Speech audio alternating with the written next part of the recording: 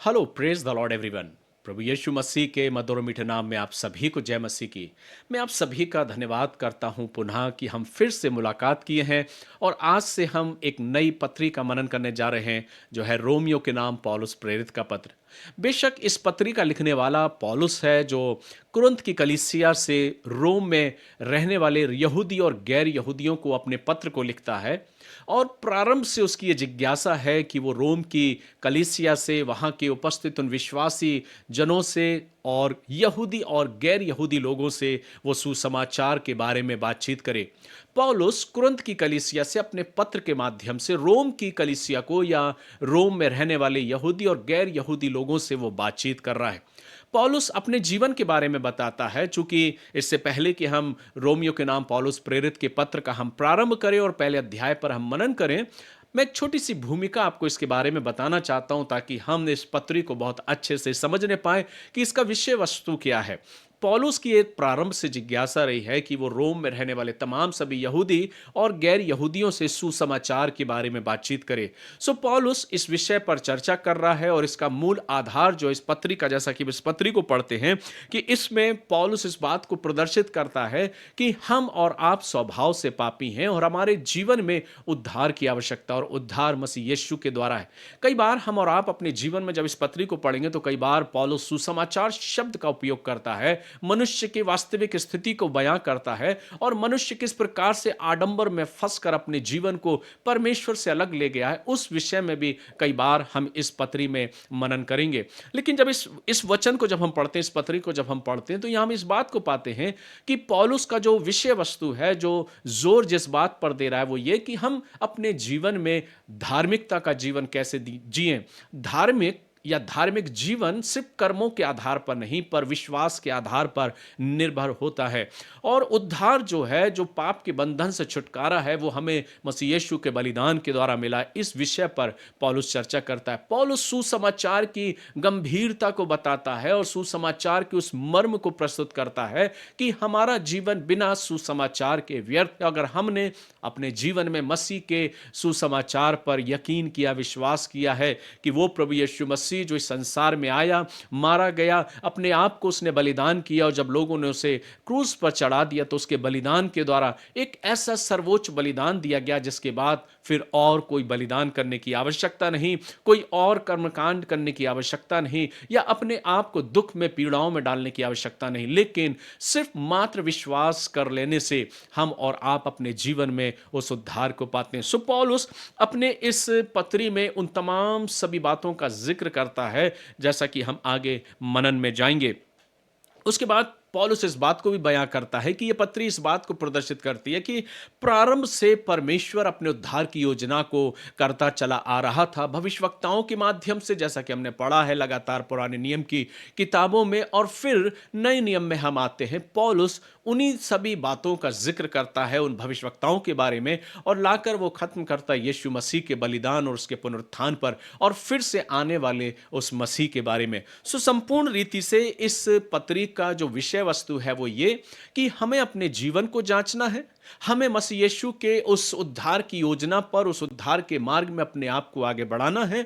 हमारे जीवन में जो धार्मिकता है वो हमारे कर्मों के आधार पर नहीं, पर मसीह यीशु के अनुग्रह के द्वारा जो उसने मुझ में और आप में प्रकट किया, उसके द्वारा हम उस उद्धार को प्राप्त करते हैं। और हमें और आपको अपने जीवन में एक ऐसे जीवन को जीना जो एक मसीही जीवन है, जिसमें प्रेम, कृपा, दयालु और एक दूसरे को उठाने के बारे में बातचीत का जिक्र हम यहाँ पाते हैं। सो आइए हम सीधे वचन में चलते हैं और मैं आपके बीच में रोमियो के नाम पौलुस प्रेरित के पत्र, उसके पहले अध्याय को आपके बीच में मनन के तौर पर रखने जा रहा हूं।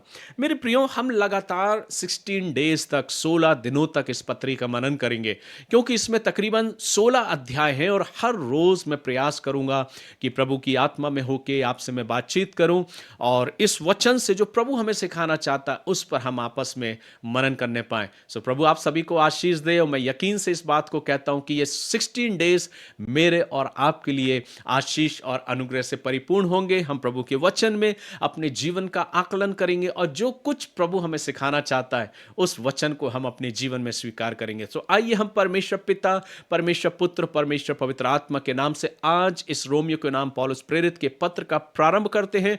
प्रभु मैं नहीं पर आपका आत्मा हम में से हर एक से बातचीत करे और हम आपकी आवाज को सुन पाए। खुदावंद यीशु मसीह के नाम से आमीन। सो आइए मेरे प्रियो, हम सीधे पत्री में चलते हैं और पहले अध्याय के पहले ही पद में पौलुस एक बड़ी बात को कहता है। पौलुस वो कौन सी बात है जो यहाँ रोमियो के नाम पौलुस प्रेरित पत्र जो है वो लिख रहा है, जो कुरिन्थ में रहते हुए पौलुस अपने पत्र के द्वारा लिखता है। पौलुस क्या कह रहा है? पौलुस की ओर से जो यीशु मसीह का दास है। कितनी बड़ी बात पौलुस यहाँ कहता है। वो अपने आप को प्रभु का दास करके संबोधन करता है, अपने आप को संबोधित करता है। और ये कला हर किसी के बस की बात नहीं मेरे प्रियो। हमें थोड़ी सी उपलब्धियां मिल जाती हैं, थोड़ा सा नेम और फेम अगर हमारे हमारे जीवन में आ जाता है तो हम फूले नहीं समाते। लेकिन देखिए, हम लगातार पौलुस के जीवन से पढ़ रहे हैं कि इतना सामर्थ्य होने के बावजूद भी पौलुस ने कभी भी अपने नाम के आगे या अपने नाम को इस प्रकार से प्रकट नहीं किया कि लोग उसके बारे में जाने, लोग उसके बारे में पहचाने। लेकिन किस रीति से वो अपने आप को संबोधित कर रहा है, किस तरीके से वो अपने आप को व्यक्त कर रहा है, वो क्या कह रहा है पौलुस की ओर से जो यीशु मसीह का दास है। जब हम लेटर लिखते हैं, जब हम पत्र लिखते हैं, तो हम अपने पत्र में इस बात को प्रकट करते हैं कि मैं कौन बोल रहा हूं, और मैं अपने नाम के आगे अपने टैग को भी लगाऊंगा और अपने पद को भी बताऊंगा और मैं कौन हूं उसके बारे में भी वर्णन करूंगा। और हमेशा ये इंसान की प्रवृत्ति रही है, जिज्ञासा रही है कि हम अपने नाम को और अपने पद और प्रतिष्ठा का भी बयां करें। लेकिन देखिए मेरे प्रियो, एक प्रभु का सेवक जो इतनी सामर्थ्य से परिपूर्ण है, इतनी ताकत प्रभु ने उसको दी, अपने आत्मा से इतना परिपूर्ण किया है, जो नए नियम में 14 पत्रियों का लिखने वाला हुआ प्रभु से बातचीत कर रहा है। कितने लोग उसके द्वारा आश्चर्य कर्म के द्वारा उस चंगाई को प्राप्त कर रहे हैं। उस पौलुस के जीवन से यह शब्द सुनना कि मैं पौलुस की ओर से जो मैं मसीह यीशु का दास हूं, कितना मीठा, कितना सुंदर लगता है। वो पौलुस जो बाइबल की 14 पत्रियों का लिखने वाला है, वो अपने आप को प्रभु का एक सेवक, एक दास करके अपने आप को संबोधित कर रहा है। और आगे कहता है कि मसीह का दास है और प्रेरित होने के लिए बुलाया गया है। अर्थात मैं अपने आप से नहीं, पर मसीह यीशु ने मुझे प्रेरित होकर निर्देशित किया है, मुझे प्रेरित होकर बुलाया गया है। आगे कहता है और परमेश्वर के सुसमाचार के लिए अलग किया गया हूं। तो पौलुस अपने आप को संबोधित कर रहा है एक दास की रीति से। फिर उसके बाद वो कहता है कि मैं प्रेरित होने के लिए बुलाया गया, और उसके बाद कहता है कि मैं सुसमाचार के लिए अलग किया गया हूं। पौलुस की पत्रियों में जब हम मनन करते हैं तो हम इस बात को पाते हैं कि पौलुस के अंदर एक बहुत बड़ी जिज्ञासा है। पौलुस के अंदर एक ऐसी आग है प्रभु के सुसमाचार को सुनाने के लिए जो कभी नहीं बुझने की, और उस बोझ के साथ, उस जिज्ञासा के साथ, उस ऊर्जा के साथ प्रभु के सुसमाचार को वो सुनाने के लिए लालायित है और लोगों तक उस सुसमाचार को पहुंचा रहा है अपने पत्र के माध्यम से। जितने भी पत्रियों को हम पढ़ेंगे, पौलुस पत्रों के माध्यम से उन कलीसियाओं से, वहां के विश्वासी जनों से वो बातचीत कर रहा है। वचन कहता है जिसकी उसने पहले ही से अपने भविष्यवक्ताओं के द्वारा पवित्र शास्त्र में अपने पुत्र हमारे प्रभु यीशु मसीह के विषय में प्रतिज्ञा की थी। अब पौलुस यहां इस बात को बता रहा है कि मैं जो प्रभु का दास हूं, जिस मसीह यीशु का सुसमाचार तो मैं सुनाने जा रहा हूं, वो मसीह यीशु वही है जिसके विषय में भविष्यवक्ताओं ने प्रारंभ से भविष्यवाणियां की गई थी उसके विषय में। और तब वो एक आगे पूरा वर्णन करता है कि वह शरीर के भाव से तो दाऊद के वंश से उत्पन्न हुआ, और पवित्र आत्मा की आत्मा के भाव से मरे हुओं में से जी उठने के कारण सामर्थ के साथ परमेश्वर का पुत्र ठहरा। सो प्रभु यीशु मसीह के जन्म, उसकी मृत्यु और उसके पुनरुत्थान के बारे में वो यहां जिक्र करता है और इस बात को प्रकट करता है कि वह परमेश्वर का पुत्र है। आगे पौलुस कहता है उसके द्वारा हमें अनुग्रह प्रेरिताई मिली और उसके नाम के कारण सब जातियों के लोग विश्वास करके उसकी माने, जिनमें से तुम भी यीशु मसीह के होने के लिए बुलाए गए हो। तो पौलुस अपनी इस पत्र में जब रोम की कलीसिया को या रोम में रहने वाले उन तमाम विश्वासी जनों को, यहूदी और गैर यहूदियों को जब पत्र लिख रहा है, तो वो कह रहा है कि तुम भी इसी मनसा से मसीह यीशु में बुलाए गए हो जिसके विषय में मैं तुमसे चर्चा करने जा रहा हूं। और तब वो आशीष वचनों को कहता है। 7वां पद लिखा है उन सब के नाम जो रोम में परमेश्वर के प्यारे हैं और पवित्र होने के लिए बुलाए गए हैं। पौलुस कह रहा है कि हम जो रोम में रहने वाले हैं, और मैं तुम सब रोम में रहने वाले लोगों से बात कर रहा हूं कि तुम इसी मनसा से बुलाए गए हो कि तुम सब पवित्र हो, जैसे औरों ने भी इस सुसमाचार को विश्वास किया। प्रभु ने उनसे बातचीत किया, उन्होंने अपने जीवन में परमेश्वर की उस पवित्र आत्मा को स्वीकार किया। आगे लिखा है, हमारे पिता परमेश्वर और प्रभु यीशु मसीह की ओर से तुम्हें अनुग्रह और शांति मिलती रहे। आशीष वचन उनको वो देता है, आशीष उनके लिए करता है। अब वो धन्यवाद और प्रार्थना का प्रारंभ करता कहता, पहले मैं तुम सब के लिए यीशु मसीह के द्वारा अपने परमेश्वर का धन्यवाद करता हूं, क्योंकि तुम्हारे विश्वास की चर्चा सारे जगत में हो रही है। परमेश्वर जिसकी मैं सेवा मैं अपनी आत्मा से उसके पुत्र के सुसमाचार के विषय में करता हूं, वही मेरा मेरा गवाह है कि मैं तुमसे किस प्रकार लगातार स्मरण करता रहता हूं। जब आप 8 पद से लेके 15वें पद तक पढ़ेंगे तो यहां पौलुस अपनी उस जिज्ञासा को प्रकट कर रहा है और उस प्रभु यीशु मसीह के बारे में उस रोम की कलीसिया में रहने वाले लोगों से विनती कर रहा है कि मेरी ये मनसा है, मैं परमेश्वर का धन्यवाद करता हूं कि प्रभु ने इस माध्यम से, इस पत्र के माध्यम से मुझे तुमसे बातचीत करने का सौभाग्य प्राप्त किया है। और तब आगे कहता है, और नित्य अपनी प्रार्थनाओं में विनती करता हूं कि किसी रीति से अब तुम्हारे पास आने की मेरी यात्रा परमेश्वर की इच्छा से सफल हो। पौलुस अपनी उस जिज्ञासा को, अपनी उस अभिव्यक्ति को व्यक्त कर रहा है कि लगातार मेरी यह मनसा है कि मैं तुम्हारे बीच में आऊं और तुम्हारे बीच में आकर उस सुसमाचार का प्रचार करूं। पौलुस अपने पत्र में आगे लिखता है, क्योंकि मैं तुमसे मिलने की लालसा करता हूं कि मैं तुम्हें कोई आत्मिक वरदान दूं जिससे तुम स्थिर हो जाओ, अर्थात यह कि जब मैं तुम्हारे बीच में हूं तो हम उस विश्वास के द्वारा जो मुझ में और तुम में है एक दूसरे से प्रोत्साहन पाएं। सो पौलुस ने जो कुछ अर्जित किया है, जो कुछ मसीह यीशु में उसने प्राप्त किया, या प्रभु ने उसे जो वरदान दिया, पौलुस उस रोम की कलीसिया के उन गैर यहूदी और यहूदी लोगों से बातचीत करना चाहता और कहता है, मेरी लगातार ये लालसा है कि मैं तुम्हारे मध्य में आऊं, और इस बात के लिए मैं लगातार प्रार्थना कर रहा हूं और प्रभु के अवसर का, समय का इंतजार कर रहा हूं कि मैं तुम्हारे मध्य में आऊं। लेकिन अभी जो अवसर नहीं है, मैं तुम्हारे मध्य में नहीं, पर मैं तुम्हारे लिए पत्र लिखकर प्रभु के उस वचन को तुम्हारे मध्य में रखना चाहता हूं। और तब कहता है कि मुझे दूसरी अन्य जातियों में फल मिला, वैसे ही तुम में भी मिले, अर्थात जो लोगों ने विश्वास करके पवित्र आत्मा को पाया, मैं चाहता हूं कि तुम भी उस पवित्र आत्मा को स्वीकार करो। आगे सुसमाचार की सामर्थ्य को वो प्रकट करता है, कहता, क्योंकि मैं सुसमाचार से नहीं लज जाता। जिस सुसमाचार को सुनाने के लिए पौलुस को लगातार कैद खाने में रखा गया है, कितने सम्राटों के मध्य में वो आया, जो कि हमने प्रेरितों के काम में मनन किया, लेकिन यहां भी पौलुस क्या कह रहा है, वो कहता है, मैं सुसमाचार सुनाने से नहीं लज जाता हूं, इसलिए कि वे हर एक विश्वास करने वाले के लिए, पहले तो यहूदी फिर यूनानियों के लिए उद्धार के निमित्त परमेश्वर की सामर्थ्य है। पौलुस कहता है, मुझे लज्जा नहीं आती, मैं मसीह यीशु का सुसमाचार सुनाता हूं, और वो सुसमाचार की सामर्थ्य को प्रकट करता है, क्योंकि उसमें परमेश्वर की धार्मिकता, विश्वास से, अभी अभी मैंने आपसे कहा था कि धार्मिकता अच्छे कामों के आधार पर नहीं, अच्छे कर्मों के आधार पर नहीं, पर धार्मिकता मसीह पर विश्वास करने के द्वारा है। और आगे लिखा है, और विश्वास के लिए प्रकट होती है, जैसा लिखा है, विश्वास से धर्मी जन जीवित रहेगा। पौलुस इस बात को बयां करता। फिर पौलुस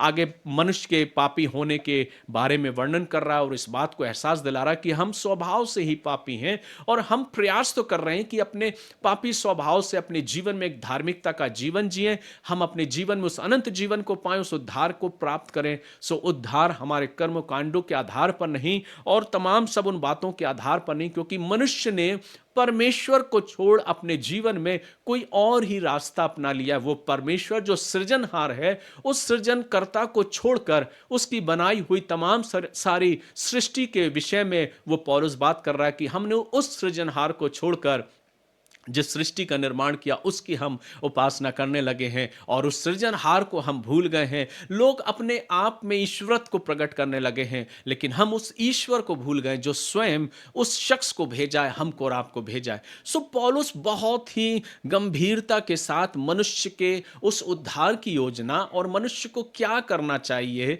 उसके विषय में यहां पर वर्णन कर रहा है। वो कहता है, इस कारण परमेश्वर ने उन्हें उनके मन में अभिलाषाओं के अनुसार अशुद्धता के लिए छोड़ दिया कि वे आपस में अपने शरीरों का अनादर करें, क्योंकि उन्होंने परमेश्वर की सच्चाई को बदलकर झूठ बना डाला और सृष्टि की उपासना और सेवा करी।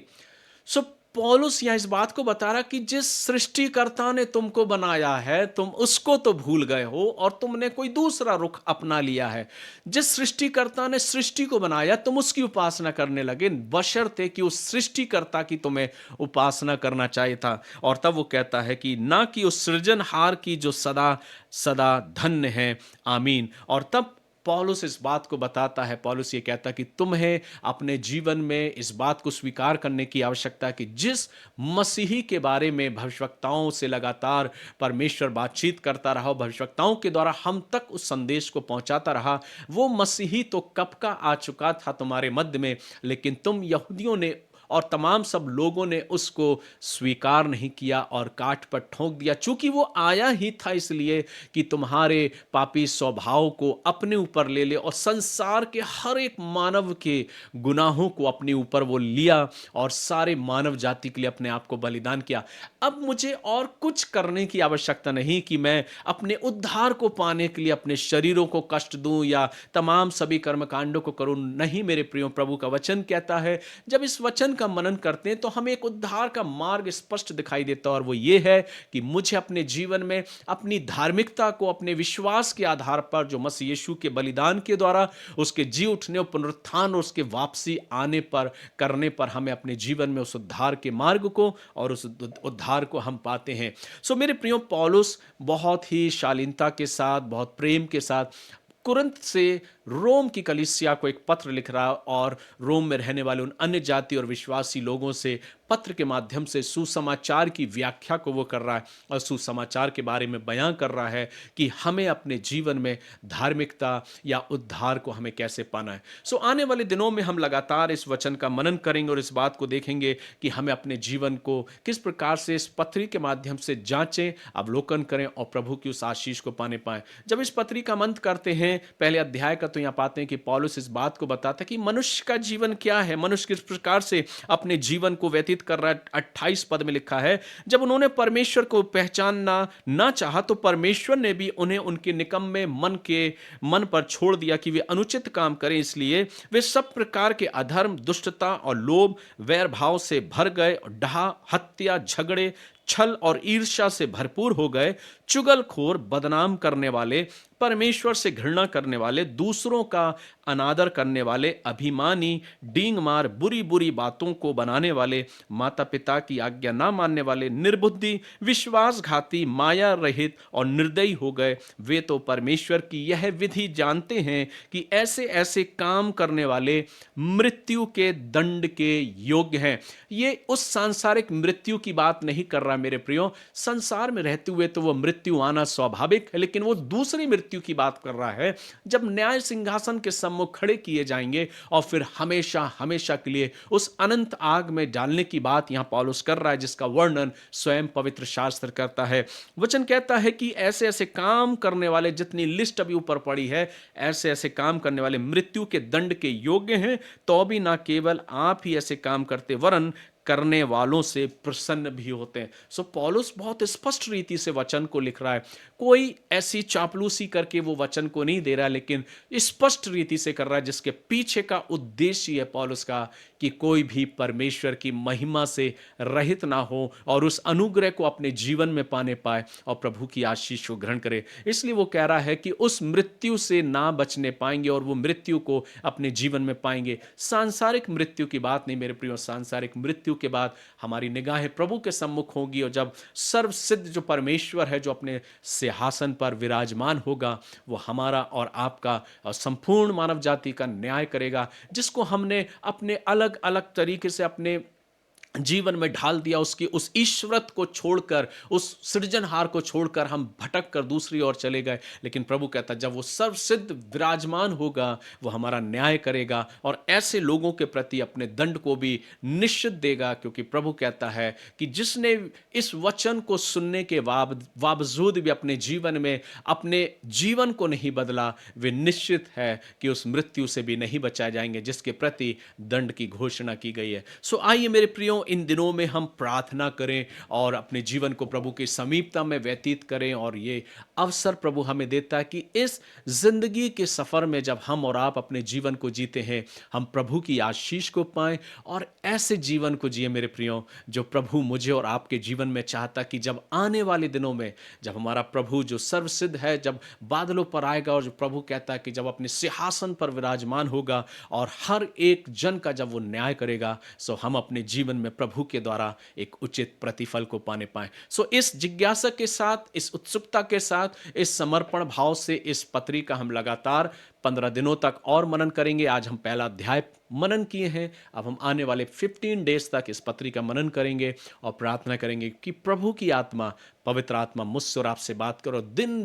प्रतिदिन हमारा जीवन प्रभु के वचन में और मजबूत और हम विश्वास में और मजबूती के साथ अपने जीवन को व्यतीत करने पाए। सो प्रभु आप सभी को आशीष दे। मैं प्रार्थना करता हूँ प्रभु का सेवक होने के नाते, उसका दास होने के नाते मेरी ये प्रार्थनाएं हैं, लगातार आप लोगों के लिए मैं प्रार्थना करता हूँ और मैं विनती करता हूँ कि प्रभु आपके मनों को खोले, आपके हृदयों को खोले और पवित्र आत्मा आपकी निगाहों को खोले, आपके मनों को खोले कि आप प्रभु के इस प्रबल और जीवित वचन पर यकीन और विश्वास करते हुए अपने जीवन को एक ऐसे जीवन में तब्दील करें जो संपूर्ण रीति से परिवर्तित जीवन हो और हम और आप प्रभु की आशीष को पाने पाएं। इसी आशा और विश्वास के साथ आज मैं आपसे विदा लेता हूं। कल मैं फिर मुलाकात करूंगा और प्रार्थना करता हूं कि आप सब प्रभु के वचन से आशीष को ग्रहण करने पाएं। आइए हम प्रार्थना करें।